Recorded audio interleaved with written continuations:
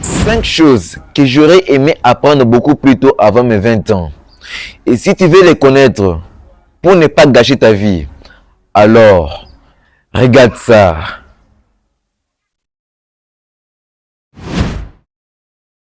Si tu as moins de 20 ans, alors cette vidéo est faite pour toi. Et si tu connais quelqu'un dans cette tranche d'âge, partage-la. Cela pourrait vraiment lui servir. Mon père aimait bien dire, si les gens savaient, alors il pourrait. Mais il est ignorant. Et quand il sait, il est souvent trop tard. C'est une vérité puissante. La jeunesse est une période d'apprentissage. Mais parfois, on réalise certaines choses trop tard. Si tu as plus de 20 ans, que tu sois dans la trentaine ou même dans la quarantaine, comme le dit si bien la vieille musique classique qui dit que il n'est jamais trop tard.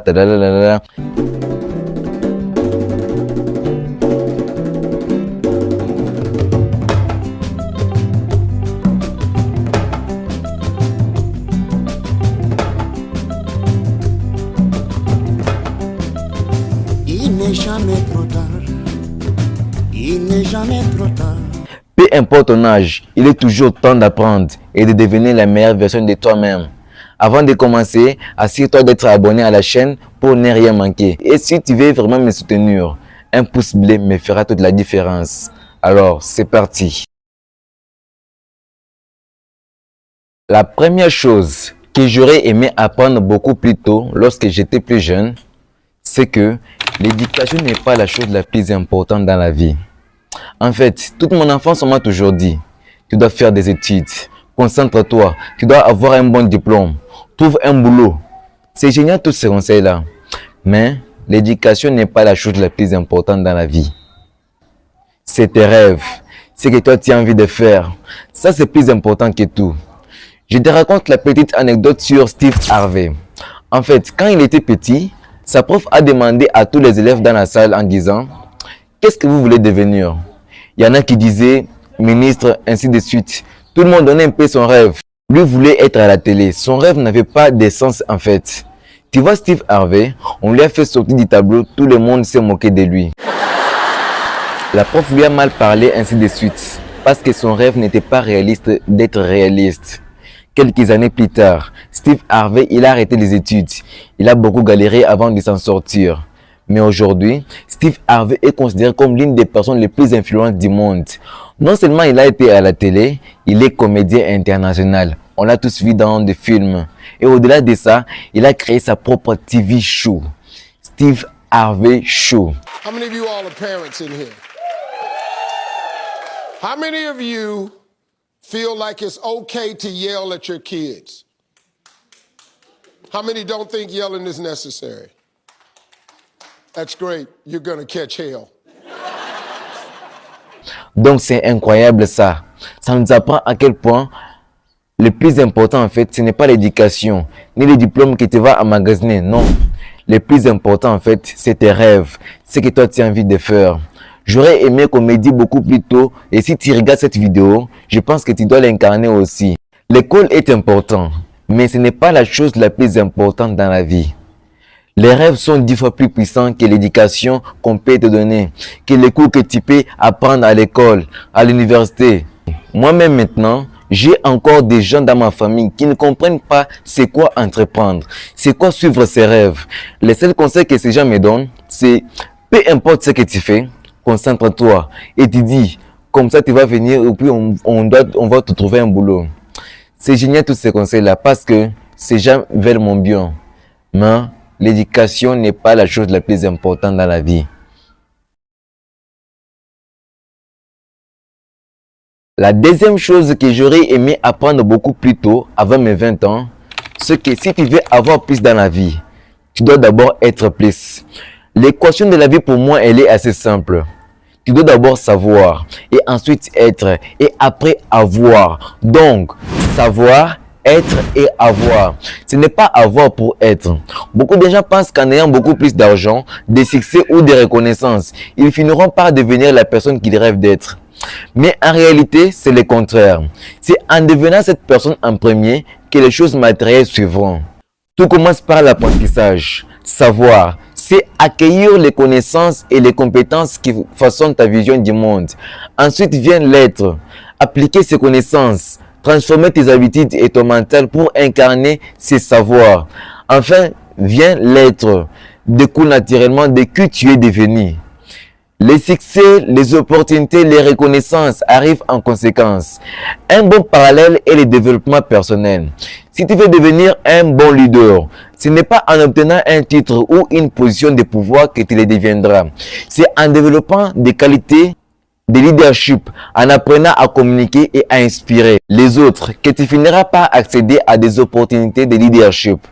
Alors, pose-toi la question. Quelle version de moi-même doit émerger pour obtenir ce que je veux? Plutôt que de courir après la richesse ou le succès, concentre-toi sur qui tu dois devenir. Développe des compétences et des valeurs et une mentalité de croissance. La troisième chose que j'aurais aimé apprendre avant 20 ans, aujourd'hui je le sais. Mais si tu es jeune, je pense que ça t'aidera énormément. C'est que le travail seul ne paye pas. On nous a toujours dit que seul le travail acharné paye.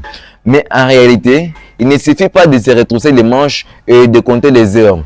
Ce qui fait vraiment la différence, c'est de combiner l'effort avec la stratégie, la vision et la capacité à saisir les opportunités qui se présentent. Le travail acharné est indéniablement la base. Cependant, travailler intelligemment, c'est prioriser et concentrer ton énergie sur ce qui apporte de la valeur à long terme. Cela implique d'apprendre constamment, de chercher à comprendre les technologies et les tendances qui transforment le monde et d'adapter tes méthodes en fonction des retours d'expérience. C'est dans cet équilibre entre persévérance et réflexion qu'on trouve la clé du succès. L'une des leçons les plus importantes est de reconnaître que les relations et les connexions font partie intégrante de ton succès. Intégrer un réseau, s'entourer de bonnes personnes et apprendre des expériences de ceux qui ont déjà réussi peut démultiplier l'impact de ton travail. Parfois, une opportunité se présente grâce à une conversation anodine. Et c'est cet aspect qui manquait souvent quand on se focalisait uniquement sur la qualité d'être travaillé. L'argent, les succès concrets et la reconnaissance ne sont pas automatiquement les résultats d'un Lambert constant. Ils résultent également d'une capacité à investir en soi, à continuer de se former et à développer des compétences qui te distinguent. Avoir une vision claire de tes objectifs et t'adapter aux changements t'évite de t'enfermer dans des routines qui, sans remise en question, ne t'amèneront pas où tu veux aller. En somme, n'oublie pas que pour transformer tes efforts en résultats, il faut savoir allier la passion du travail à une stratégie réfléchie et un réseau solide. La combinaison du travail avec l'intelligence stratégique est ce qui fera la différence. La cinquième chose que j'aurais aimé apprendre beaucoup plus tôt, avant mes 20 ans, avant même l'âge de 16 ans, c'est qu'on ne peut pas guérir dans un environnement qui nous a rendus malades. Tu sais, parfois tu es dans un lieu, une ville, un quartier ou même une famille qui est très toxique pour toi. Tu ressens au fond de toi que tu n'es pas à ta place, que quelque chose ne va pas. Écoute-moi bien, tu n'es pas un arbre, tu peux bouger, tu peux expérimenter, explorer de nouvelles choses, pars à l'aventure, découvre de nouveaux horizons, change de ville, change de quartier, change d'environnement, bouge, tu n'es pas un arbre. Et parfois, cela ne concerne pas seulement un lieu, mais aussi une relation qui te détruit, qui te fait mal. Tu sais que tu n'es pas à ta place, mais tu continues à attendre, à espérer un changement là où il n'y en aura pas. Mais écoute-moi bien, on ne peut pas guérir dans un environnement qui nous a détruits. Quand un lien ou une relation te consume, les blessures émotionnelles ne guérissent pas simplement avec le temps, si l'on reste plongé dans ce qui les a causées. Un environnement toxique, qu'il soit familial, social ou amoureux, continue à nous affaiblir tant qu'on y reste. L'idée que ça finira par changer, c'est une illusion. Le changement fait peur, mais il est parfois la seule solution. C'est donner la possibilité de voir autre chose, d'expérimenter, permet non seulement de se protéger, mais aussi de s'épanouir. Partir n'est pas une fuite, c'est un acte de survie. Changer de ville, rencontrer de nouvelles personnes, découvrir de nouveaux horizons. Tout cela nous aide à nous reconstruire. Un nouvel environnement peut te révéler une version plus forte, plus libre de toi-même. Si chaque jour tu ressens une lourdeur, si ton énergie diminue, Si tu as l'impression que tu ne peux pas être toi-même là où tu es, alors c'est un signe que tu dois envisager un changement. C'est donner la possibilité de respirer ailleurs est parfois la meilleure décision que l'on puisse prendre. Mais pour transformer ta vie, il n'y a que toi qui peux les transformer. Il n'y a que toi.